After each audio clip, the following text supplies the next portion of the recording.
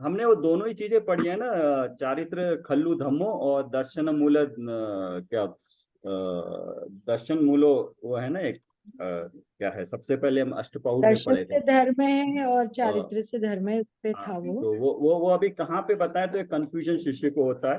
तो उसमें सीधी सादी बात यह है कि दर्शन से ही, सम्यक दर्शन से ही, श्रद्धा से ही तत्व ज्ञान पूर्वक जब निर्णय करता है, श्रद्धा करता है, तो वो सम्यक दर्शन है। और सम्यक दर्शन के बाद उसमें लीनता, आत्मा में लीनता की स्थिरता और होना, बढ़ना, वो वास्तव में निश्चय चारित्र है। वो चारित्र ही बढ़ना चाहिए। वो जब निश्चय चारित्र होता है तो बाहर में 28 मूल गुण आदि, वो भी मतलब बाहर सदाचार तो छोड़ो, 28 मूल गुण भी व्यवहार से कहे जाते हैं कि व्यवहार चारित्र है वो। लेकिन अंदर में अगर चारित्र नहीं हो, चारित्र मतलब आत्मा की अनुभूति पूर्वक स्थिरता अगर नहीं हो, तो बाहर का चारित्र मान के लोग सोचते हैं कि वो चारित्र पाल रहे हैं, तो ये गलती नहीं करना। सामान्य से अशुभ से बचने के लिए सारे कार्यक्रम शुभ में लगने के लिए सब करना, स्वाध्याय करना, देव गुरु शास्त्र के दर्शन वगैरह स्तुति सब करना, लेकिन उसको चारित्र नहीं मानिए। अगर चारित्र मान तो लिए तो फिर आप उसको, एक तो आपकी सबसे बड़ी तत्व में भूल हो जाएगी, और तत्व में भूल हो जाएगी तो आपका जो शुभ में हो रहा था वो भी हटके अशुभ में चला जाएगा। तो सबसे ये गलती सुधारनी चाहिए कि अंतर में दर्शन पूर्वक जो चारित्र होगा, स्थिरता, वो चारित्र होगा। साथ साथ बाहर में जो भी होगा व्यवहार चारित्र होगा, उसको व्यवहार चारित्र को व्यवहार चारित्र मानना है, सम्यक चारित्र नहीं मानना है, निश्चय चारित्र। और शुभ पक्का करना है, शुभ को भी अशुभ को छोड़ के, ये शुभ को छोड़ के अशुभ में नहीं जाना है किसी भी तरह से। तो उसके लिए सदाचार तो बिना बोले एक जैनी का कर्तव्य कि पालन करना, कुछ बेसिक जो है वो तो पालन करना ही चाहिए। बट अगर कोई पालन ना भी कर पाए तो कोई बात नहीं है। सम्यक दर्शन के लिए एक अलग चीज है, और ये सदाचार एक अलग चीज है।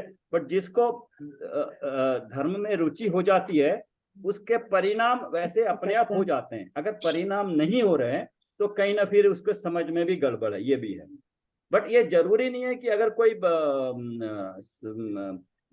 कुछ ऐसा कर रहा है कि किसी के कपड़े गंदे हो और उसको सम्यक दर्शन नहीं हो सकता, ये नहीं कह सकते कि हाँ जी, हाँ जी। गंदे कपड़े पहनने से और सम्यक दर्शन होने से कोई कोई कनेक्शन नहीं है। बट ये भी नहीं है कि अच्छे कपड़े पहन लेगा, साफ सुथरे देव दर्शन कर लेगा कोई तब भी समझ। सम्यक दर्शन हो जाएगा, ये जरूरी नहीं है। लेकिन जब वो उसके परिणाम ऐसे हो जाएंगे कि वो अच्छी तरह से नहा धो के देव दर्शन पूजा करेगा, तो एक चांस बचता है कि उसके बाद वो स्वाध्याय करेगा, स्वाध्याय करेगा तो तत्व के बारे में पता लगेगा, तत्व के बारे में पता करेगा तो चिंतन करेगा, चिंतन करेगा तो निर्णय करेगा।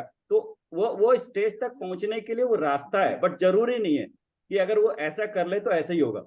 श्रद्धान पक्की होगी तो सम्यक दर्शन होगा, सिंपली है, कैसे भी करो। बट ये उस करते करते परिणामों में निर्मलता जरूर आती है भाई, ये वो कहना चाह रहे थे। ये क्लियर क्लियर बहुत अच्छा था, बहुत आनंद आया कल सुनते हुए। थे 1.5 घंटे का सभी का, तो मूल तत्व बात और पूरी प्रैक्टिकल जो चीज हर एक, हम लोगों की जो साधर्मियों की प्रैक्टिकल, अभी साधर्मी भी है अपनी भूमिका में, घर गृहस्थी भी है, सारा पालन कर रहे हैं। उस पालन करते हुए जो डाउट्स आते हैं, उन डाउट्स को क्लियर करने की कोशिश करिए। यहाँ पे भैया आप बाह्य में सारे अपने काम करिए, लेकिन अंदर में आप अपनी श्रद्धा को बढ़ाने की कोशिश करिए। और उसमें जो है सो आपने वो देखा होगा, मैंने एक बनाया था, अगर देखा है तो उन्हीं सबका कि आगे किस तरह से उसको चिंतन की धारा को आगे ले जाना है, मन वचन काय को स्थिर करके कैसे ले जाना है। अल्टीमेटली निर्णय करना चाहिए ना, स्वाध्याय के बाद चिंतन, चिंतन के बाद निर्णय। सर जय जिनेन्द्र। जय जिनेन्द्र, जय जिनेन्द्र। सर वो चार्ट आपने जो भेजा था वो एक बार थोड़ा समझाएंगे क्या? हाँ हाँ, अभी करें क्या? हाँ हाँ हाँ, कर लेते हैं देख सर, लीजिए क्योंकि अगर आज, सर जरूरत होगी तो। सर आज पहले कर लेते, क्योंकि मुझे 9:15 जाना होगा, आज मेरी क्लास है आरंभ की। हाँ, ठीक है, 9:15 तक कर लेंगे अब आज, ठीक सर है। आज आपको भी जाना होगा ना, 9 बजे लगती मैं सर की थोड़ा अभी वो क्लास होती यूट्यूब पे देख लूंगा, मैं आइंदा से कल देखूंगा उसको है। यूट्यूब पे, तो कोई उसकी ओके। चिंता नहीं है। हाँ, तो क्या उसको करें? हाँ, वो कर लेते हैं, चारित्र हाँ, के भेद तब तो बाद में कर लेंगे सर। तो हाँ, ये प्रमोद जी आ गए। उनको एक कुछ पॉइंट्स मैंने बनाए थे प्रमोद जी, कि जैसे हाँ जी। अब जैसे अब सामान्य लोग हैं, कहते हैं ना कि हम स्वाध्याय में बैठते हैं तो हमारा ध्यान तो पूरा लगता है यहाँ पे, लेकिन जैसे ही स्वाध्याय से हटते हैं फिर बराबर। हमारा ध्यान नहीं लग पाता। तो कैसे हम स्थिर बैठ पाए थोड़ा सा, कि हम चिंतन कर सकें, क्योंकि स्वाध्याय के बाद उसको चिंतन करना जरूरी है अपने आप। स्वाध्याय में क्या है, एक पर का अवलंबन होता है, पुस्तक का होता है, स्वाध्याय बराबर का है। होता है, किसी उपदेशक का होता है। आप कोई ना कोई आलम्बन, देव गुरु शास्त्र का, देव का मूर्ति को देख के आलम्बन लेते हैं। बट उससे आगे, अगर उससे आगे जाना हो तो जनरली ये होता है कि हम बैठ नहीं पाते हैं। हमारे मन में बैठ जाए तो वचन को गुप्ती नहीं कर पाते हैं, चुपचाप नहीं बैठ पाते हैं, या फिर बैठ भी गए, आंखें भी बंद कर ली, तो मन इतना भटकता है कि कहीं पे लगा नहीं पाते। तो उसको अगर ओवरकम करना हो तो कैसे करें? तो जो भी मैंने अभी तक सीखा और ध्यान में भी सीखा, तो स्टार्टिंग से लेके कुछ पॉइंट्स बनाए, आप लोग देखिए, उसमें कुछ और पॉइंट ऐड करते रहेंगे। तो चिंतन के लिए आपको मन को खींच के इधर लाना नहीं है। मन को अगर इधर लगाएंगे, जिस चीज में लगाना है, कोशिश करेंगे, पुरुषार्थ करेंगे उसमें, तो वो बाहर की चीजें कम होती जाएंगी।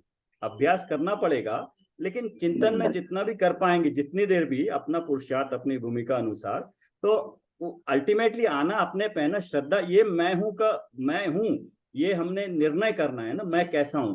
तो हर जगह जो आते हैं वो कि तो भेद विज्ञान करो, स्व और पर में, ये पर हैं और स्व में विद्य। तो अभी यहां तक उन्होंने उंगली पकड़ के छोड़ा है, बट इससे थोड़ा और आगे भी उंगली पकड़ सकते हैं। उंगली पकड़ के और आगे हम श्रावक को ले जा सकते हैं। वो एक और विधि थोड़ी है अवेलेबल। तो एक और 2 स्टेप हम आगे जा सकते हैं, क्योंकि जितने भी ये उपदेश होते हैं, उनमें सब में कहते हैं कि स्व और पर में भेद विज्ञान करो, आत्मा का ज्ञान करो, आत्मा का निर्णय करो। तो ये इसको अगर थोड़ा सा हम और खोल देते हैं, किस तरह से निर्णय करें, तो थोड़ा सा और हमें आत्मा क्या, आत्मा बोल दिया, लेकिन उसको पकड़ने के लिए क्या चाहिए? कुछ तो आलम्बन चाहिए ना आत्मा को, मैं कहाँ पर हूँ। तो उसके लिए थोड़े से मैंने पॉइंट्स बनाए थे, वो डिस्कस, इनको भेजा था, तो डिस्कस कर लेते हैं वो। मैं स्क्रीन शेयर करता हूँ।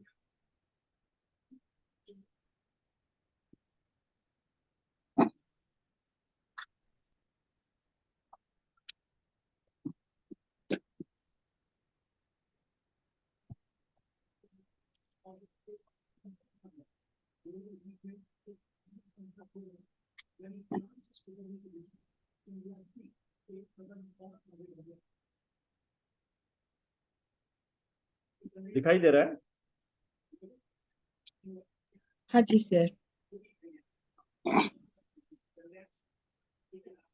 तो एकदम अपने आत्मा पे जाने से पहले थोड़ा सा हम ये सच्चे देवगुरु शास्त्र का अगर आलम्बन लेते हैं, क्योंकि उनके बारे में हमें पता है, ये जो भी चीजें ली है ये सिर्फ मेन पॉइंट्स हैं। इनके ऊपर अगर हम चिंतन करेंगे तो उसको जितना खोलेंगे वो अपने ऊपर है। तो जैसे जैन दर्शन है, जैन दर्शन से शुरू करते हैं हम। जैनी है, जैन दर्शन है, तो जैन है क्या है? जैन के 3 मूलभूत सिद्धांत है, अहिंसा, अनेकांतवाद और अपरिग्रह।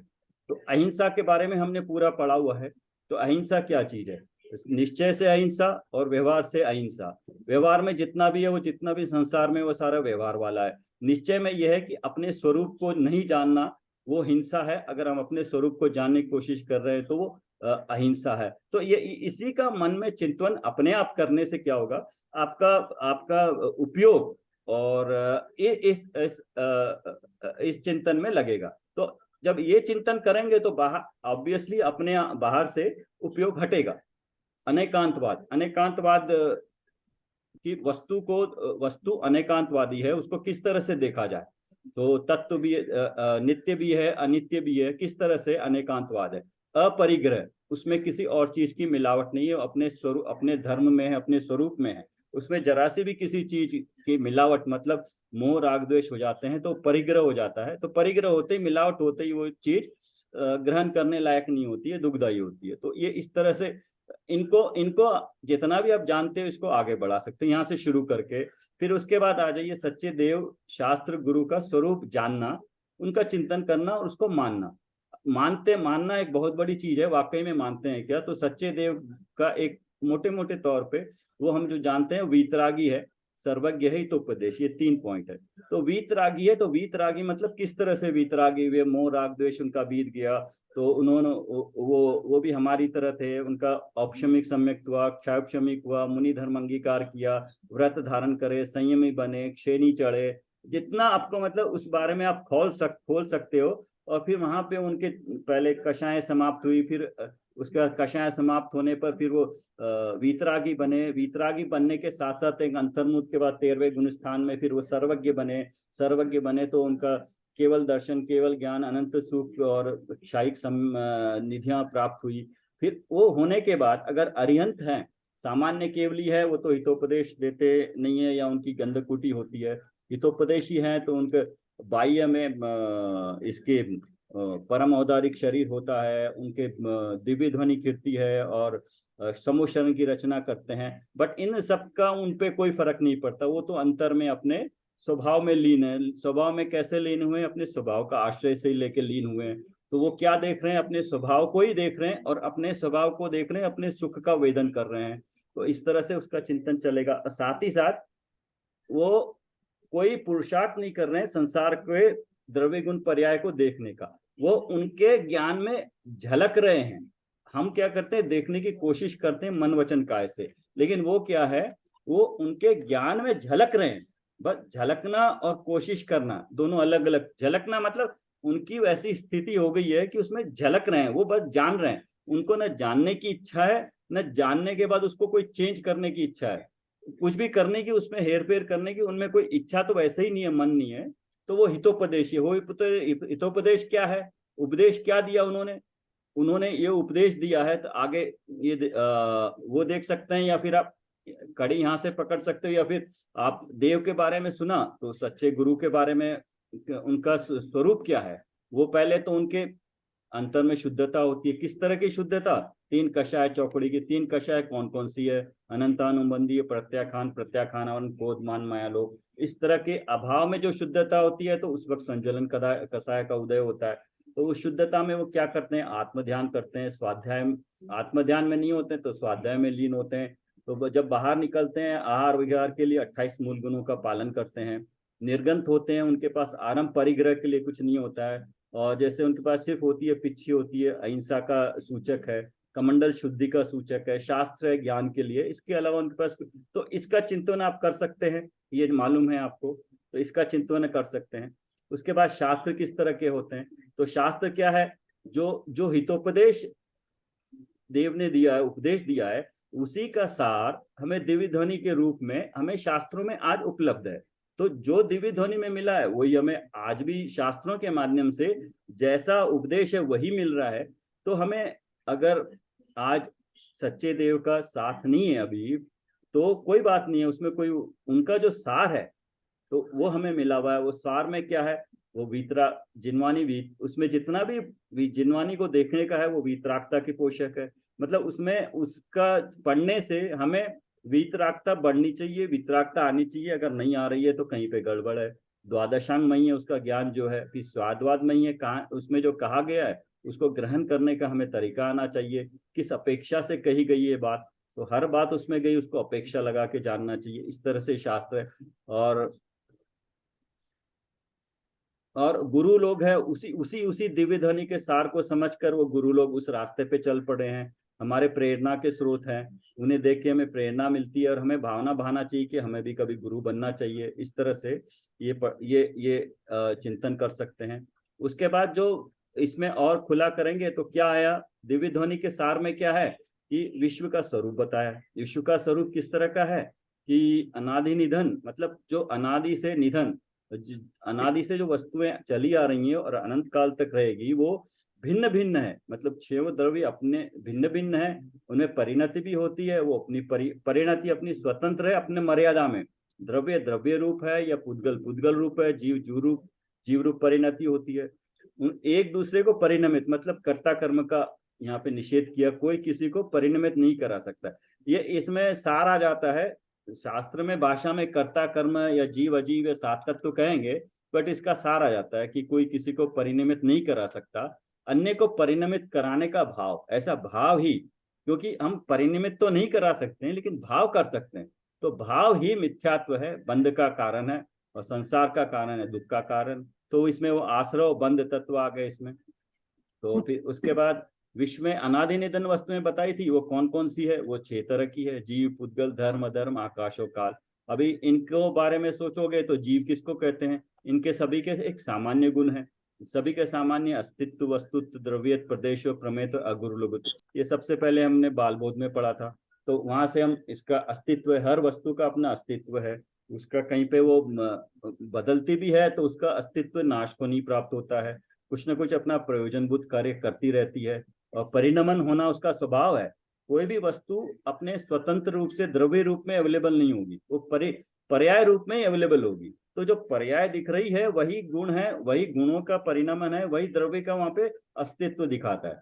प्रदेशत्व शक्ति मतलब कुछ न कुछ आकाश का प्रदेश ग्रहण करते हैं।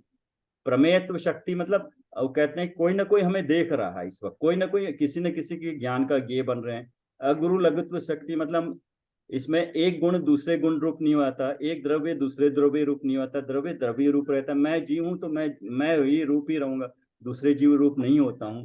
तो इस तरह का इनका चिंतन। अब ये तो सामान्य गुण हुए, इसके बाद इनके विशेष गुण करिए। जीव है, चेतना गुण वाला हूँ, दर्शन ज्ञान वाला हूँ, जानने देखने वाला हूँ, इस तरह से अपना चिंतन ये सामान्य रूप से किया। पुद्गल क्या है? जो भी दिखाई देता है जिसमें स्पर्श रस गंध वर्ण होता है वो पुद्गल होता है।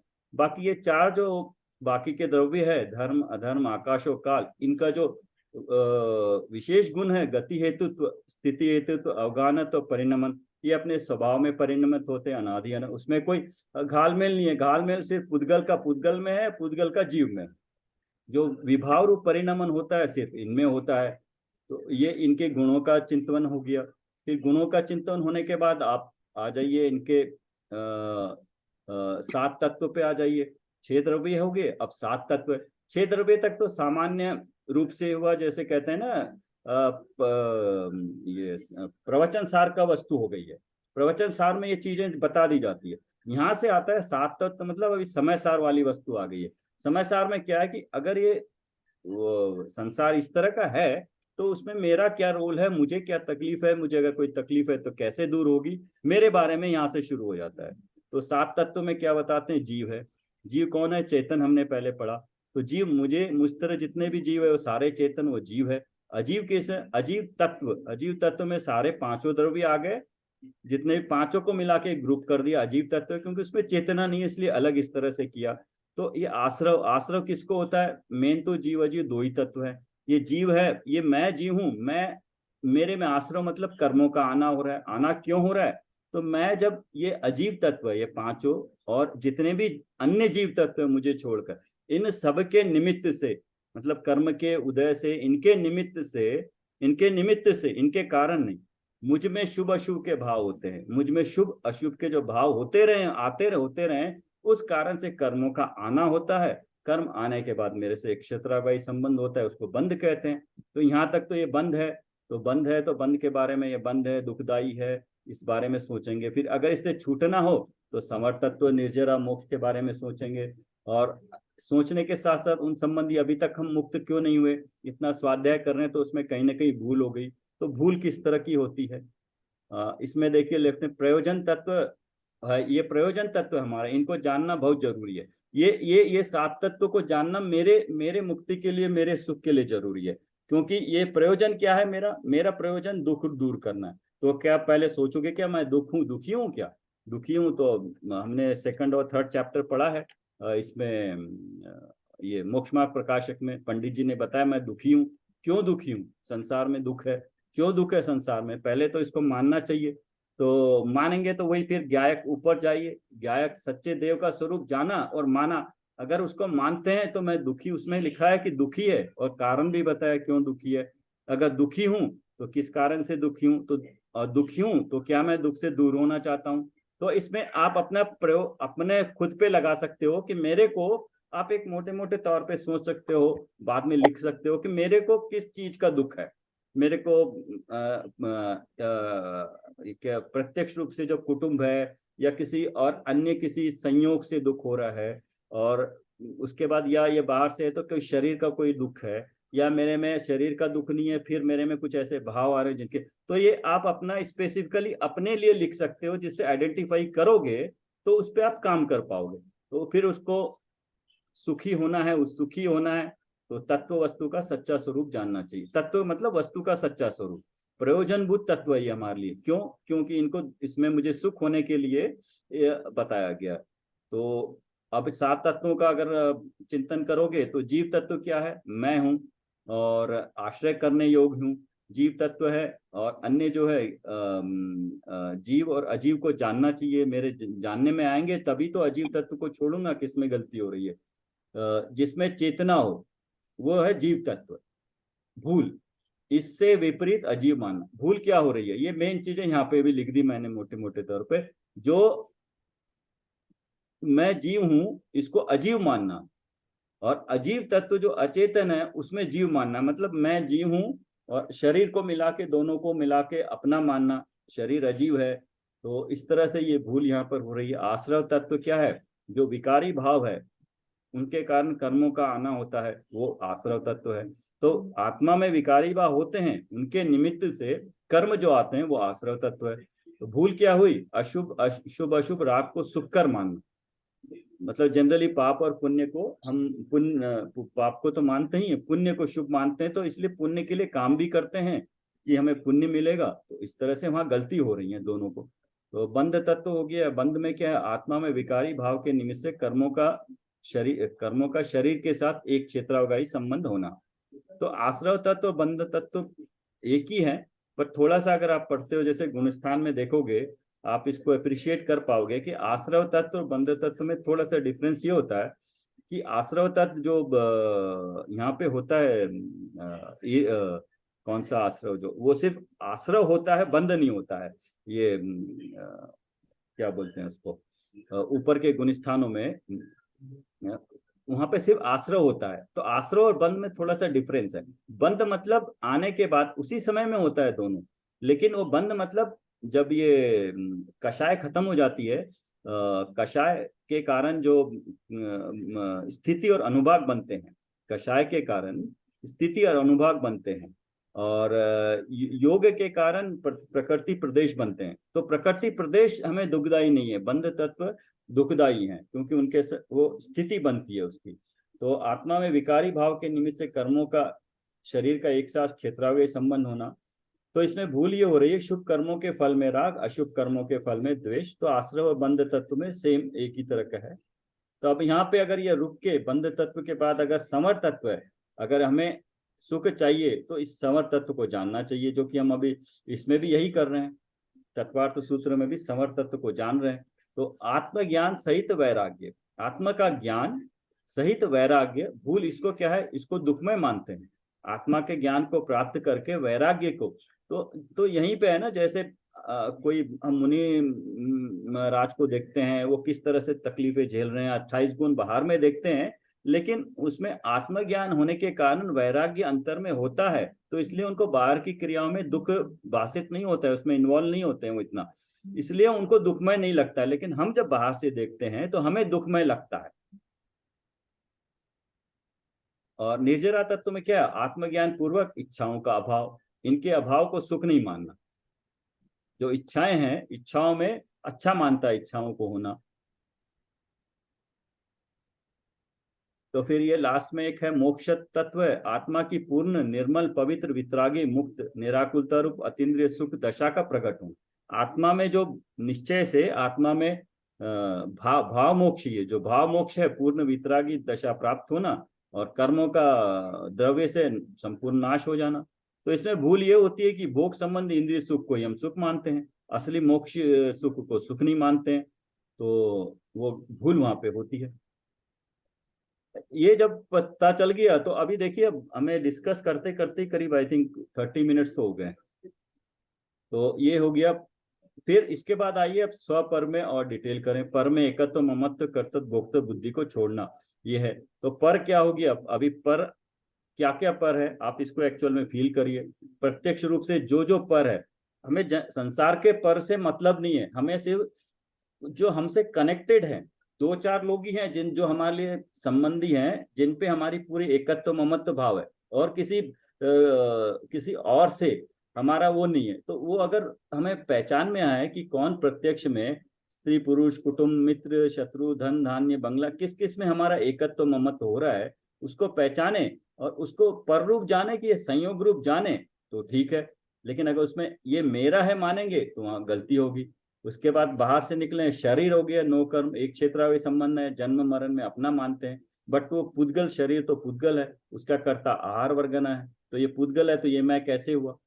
और द्रव्य कर्म जो दिखाई नहीं देते हैं, 8 कर्म है, ये ज्ञानावरण आदि, तो उनका कर्ता भी आहार वर्गना है, वो भी पुद्गल है, तो वो भी मैं नहीं हुआ। इसके अलावा जो भाव कर्म है वो होते मुझ में है, लेकिन वो भी मैं नहीं हूं। क्यों? क्योंकि वो अशुद्ध भाव है, अशुभ और शुभ होते मुझ में है, मैं नहीं हूं। एक समय के होने से उसको पुद्गल है, पर है। तो जीव की एक समय की विकारी पर्याय है, इस अपेक्षा से पुद्गल। तो जो पुद्गल है वो पर है, वो मेरा नहीं हो सकता है, क्योंकि लक्षणों से जो मेरा है वो मेरा त्रिकाल मेरे साथ रहना चाहिए। फिर स्व स्व मैं क्या हूं? स्व की डेफिनेशन है अमूर्तिक प्रदेशों का पुंज। अमूर्तिक इसलिए कहते हैं कि कुछ ना कुछ आकार जरूर होता है, लेकिन अमूर्तिक इस अपेक्षा से कहते हैं कि इंद्रियों से ग्रहण में नहीं आता, इसलिए अमूर्तिक का।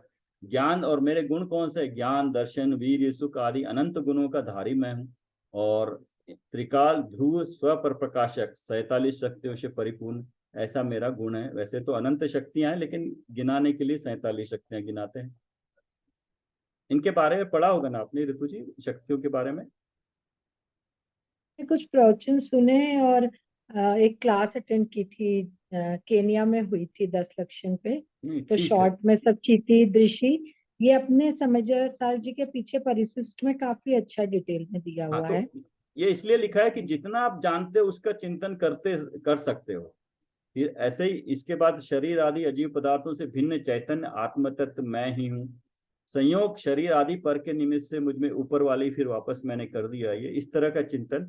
तो त्रिकाली उनके कारण बंद हो रहा है, तो वो दुखदाई है, छोड़ने लायक है, जो शुभ अशुभ के भाव है। तो अब करना क्या है फिर? त्रिकाली ज्ञायक स्वभाव का आश्रय लेने से। ये तो ज्ञान वाली बात होगी, अपने जानने देखने वाले स्वरूप को जानकर मानकर अपने ज्ञान में ऐसा निर्णय करने से। ये निर्णय करने से कर्मों का आना रुकना होता है, उसको समर कहते हैं। और वही अगर अंतरंग में शुद्धि की वृद्धि हो तो कर्मों की निर्जरा होती है, और मेरे लिए उपादेय हितकारी, ये जानना जरूरी है। इस तरह से शुद्धि होकर जब सारे कर्मों का नष्ट हो जाता है तो परम उपादेय है। तो ऐसा जानकर, पर को पर रूप जानकर, स्व को स्वरूप जानकर स्वभाव का आश्रय लेना और अपने में विकल्प से निर्विकल्प होना। तो ये तो आपका पहले ज्ञान में आना जरूरी है कि है क्या चीज वस्तु स्वरूप। इसके बाद नेक्स्ट स्टेप है, इसको थोड़ा सा आगे इसी में अगर आप आगे 12 भावनाओं का, 16 कारण भावनाओं का, आत्मा की 47 शक्तियों का आदि का चिंतन आप देख के नहीं, जो आपके ध्यान में आता है उसको अपने से लिंक करके अपने किस तरह से इफेक्ट कर रही हैं उनके बारे में चिंतन कर सकते हैं। ये करने के बाद ये लास्ट में 2 है। और तो अभी नेक्स्ट अपने लेवल पे कैसे जाना। अगर हम अनंत के स्वरूप का चिंतन जैसे उनका चिंतन करते हैं, क्योंकि अगर समय सार प्रवचन सार में गाथा दी हुई है कि अगर हम अरहंत का स्वरूप है, हमें कुछ न कुछ अवलंबन चाहिए। अरहंत का इसलिए कि वो पूर्ण तरह से मुक्त है, 4 घात्या कर्मों का नाश हो गया और हम उनको देख सकते हैं। अभी हम प्रत्यक्ष में नहीं देख सकते हैं, लेकिन जैसे विदेह क्षेत्र में है तो वो अभी विद्यमान है। तो अगर हम उनके स्वरूप को अपने ध्यान में लेते हैं, सिमंदर भगवान को अपने ध्यान में लेते हैं, या मंदिर में जो मूर्ति है उसमें उनका या और कोई अरहंत के स्वरूप को देखते हैं, तो अरहंत उनको मानने, उन्हें अरहंत माने, उनका स्वरूप किस तरह का है कि वो अंतर में जितना शरीर दिखाई दे रहा है उसी के अंदर में वो अपने चैतन्य स्वभाव से, उनका स्वभाव कैसा है? चैतन्य है। चैतन्य में क्या कर रहे हैं वे? अपने अनंत गुणों के धारी वो जान रहे हैं कि अपने अनंत गुणों का धारी आत्मा है, और उसी के आश्रय से उत्पन्न केवल ज्ञान की पर्याय, उनको अभी पर्याय तो केवल ज्ञान की है, अपने स्वरूप को ही देख रहे हैं।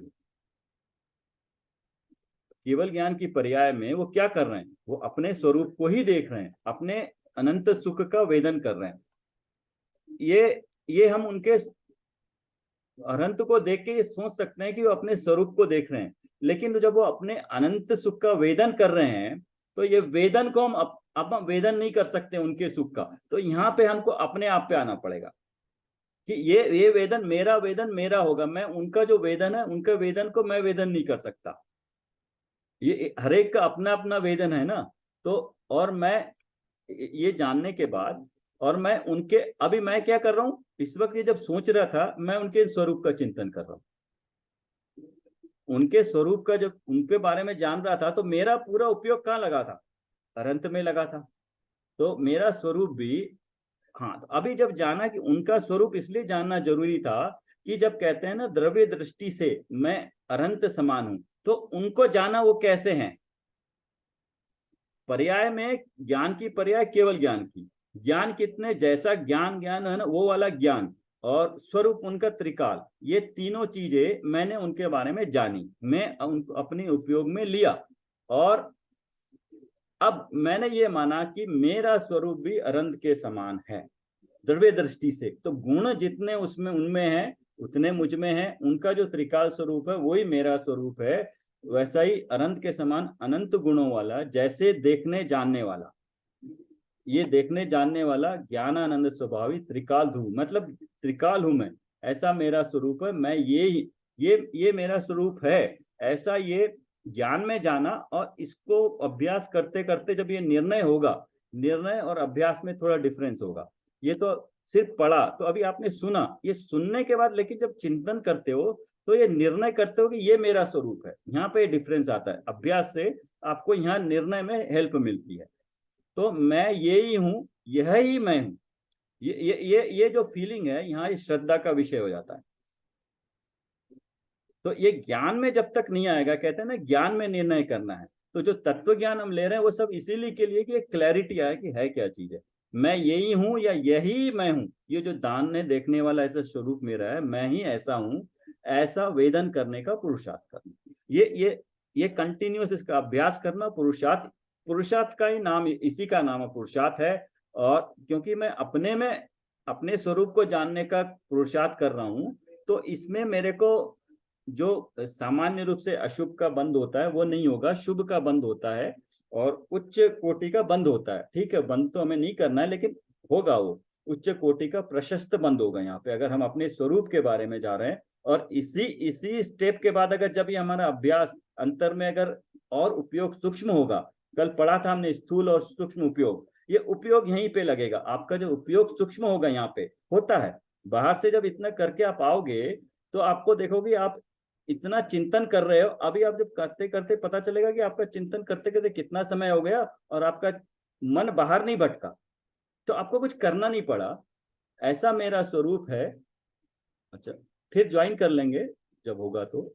मैं यही हूं, पहले तो अरहंत का स्वरूप जाना, उसके बाद ये जाना कि ये भी मेरा भी ऐसा ही स्वरूप है, और ये निर्णय ज्ञान में निर्णय होगा, ये मेरा स्वरूप है। ये पढ़ा हुआ ज्ञान स्वाध्याय वाला है, ये किताब वाला ज्ञान है, ऐसा मेरा स्वरूप, बट निर्णय अपने आप होगा, तो एक अलग अनुभूति होगी इसकी। और जब उसके आगे श्रद्धा में ये होगा कि ये ही मैं हूं, मैं यही हूं, ऐसा वेदन जब हो जाएगा, तो ये अनुभव का काल हो, ये सूक्ष्म उपयोग हो जाएगा। और इसको और तरीके से ये ज्ञान वाली बात हुई है, तो इसको और थोड़ा सा आगे कैसे जाएं, अपने को पकड़े कैसे।